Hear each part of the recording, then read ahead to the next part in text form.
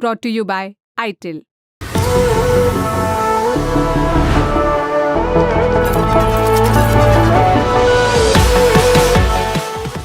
हरियाणा के चुनावी परिणामों के बाद इस बात की चर्चा गर्म है कि निर्दलीय प्रत्याशियों ने बड़ी पार्टी को बड़े डंड मारे। जब कांग्रेस आलाकमान ने हार पर चर्चा के लिए मीटिंग बुलाई तो उसमें भी इसकी चर्चा खूब हुई। बताया जा रहा है कि कुछ ऐसे निर्दलीय प्रत्याशी थे जिन्हें कांग्रेस से टिकट मिलने वाला था, लेकिन नेताओं की आपसी खींचतान के चलते टिकट नहीं मिला और वो निर्दलीय लड़ गए। इन बातों की चर्चा कांग्रेस की समीक्षा बैठक में हुई।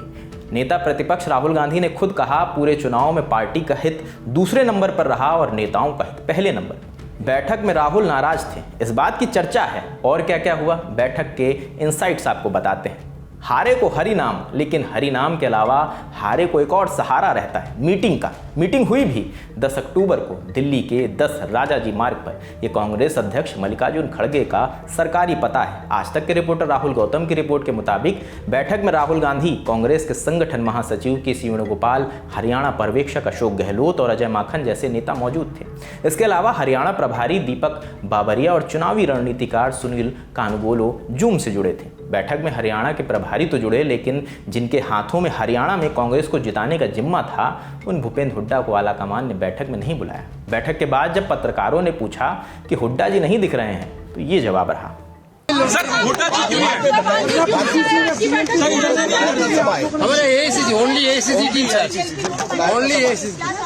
जिनको नहीं बुलाया गया उनमें हुड्डा अकेले नहीं थे। हरियाणा कांग्रेस अध्यक्ष उदय भान को भी बैठक से दूर रखा गया। उदय भान हरियाणा की होडल सीट से पूर्व विधायक हैं। इस बार के चुनाव में वो इस सीट पर बीजेपी के हरिंदर सिंह से 2595 वोटों से हार गए। आज तक के नेशनल ब्यूरो की एडिटर और कांग्रेस से जुड़ी खबरों पर नजर रखने वाली पत्रकार मौसमी सिंह ने लल्लन टॉप से बात की। उन्होंने बताया कि भूपेंद्र हुड्डा कांग्रेस आलाकमान से मिलने के लिए लगातार वक्त मांग रहे हैं, लेकिन अभी उन्हें वक्त नहीं मिला है। अब बात राहुल गांधी की करते हैं। उन्होंने मीटिंग में क्या क्या कहा, 3 सबसे खास बातें बताते हैं। पहली बात, नतीजा अप्रत्याशित है और हमें स्वीकार नहीं है। दूसरी बात, सारे सर्वे कांग्रेस को जिता रहे थे, हार की वजह की तह तक जाना होगा। तीसरी बात, चुनाव में पार्टी का हित दूसरे नंबर पर रहा, नेताओं का हित पहले नंबर पर। वहीं खड़गे ने कहा, हमें चुनाव लड़ने की रणनीति और दुरुस्त करनी होगी।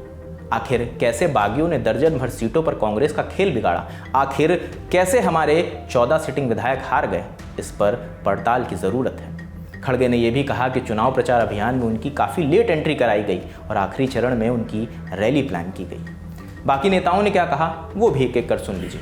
किसी को भी उम्मीद नहीं थी कि ये नतीजे आएंगे, और एग्जिट पोल के बाद भी जिस तरीके से जो एग्जिट पोल्स भी बता रहे थे, जो नतीजे आए उसमें जमीन और आसमान का फर्क है। तो हम लोगों ने उसकी चर्चा करी, अलग अलग कारण क्या हो सकते हैं इसके ऊपर चर्चा करी, और इसके ऊपर हम लोग आगे और कार्रवाई करेंगे, जिसके बारे में वेणुगोपाल जी बाद में आपको विस्तार से खड़गे साहब ने, राहुल जी ने बहुत सीरियस लिया है, और ये बातें जो आपके गुलबारी की है, जातिगत समीकरण की है और कॉन्फ्रेंस की है, ये तो हम सब करते हैं, मैं भी करता हूँ, वो अपनी जगह है।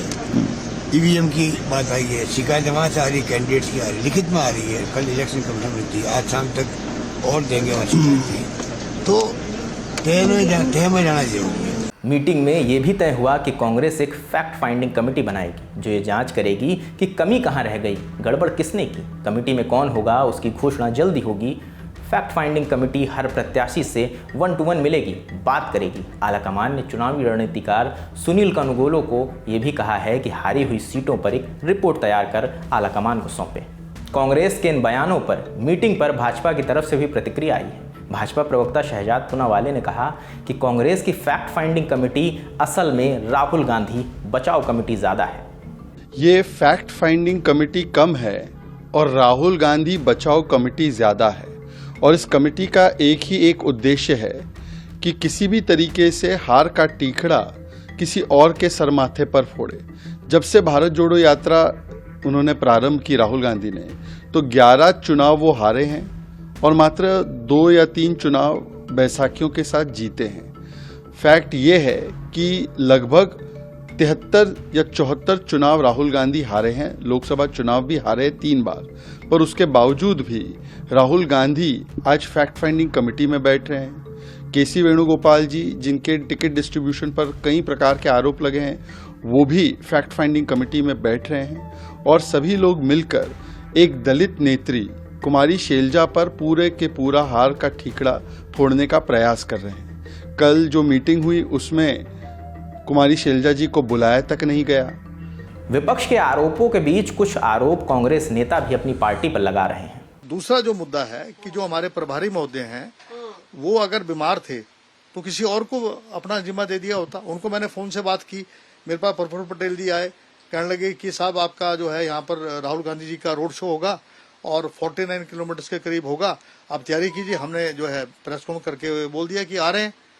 उसके बाद हमने बात वेणुगोपाल जी से करी, कहने लगी अभी तो कोई विचार ही नहीं हुआ। मैंने कहा फिर आपके प्रभारी जी ने आके क्यों कर दिया? बाबरिया जी बोल दिए थे आपको। बाबरिया जी तो अस्पताल में थे ना, अगर वो अस्पताल में थे तो हाथ जोड़ के कह दिया होता कि भैया मैं बीमार हूँ, किसी और को जगह दे देते।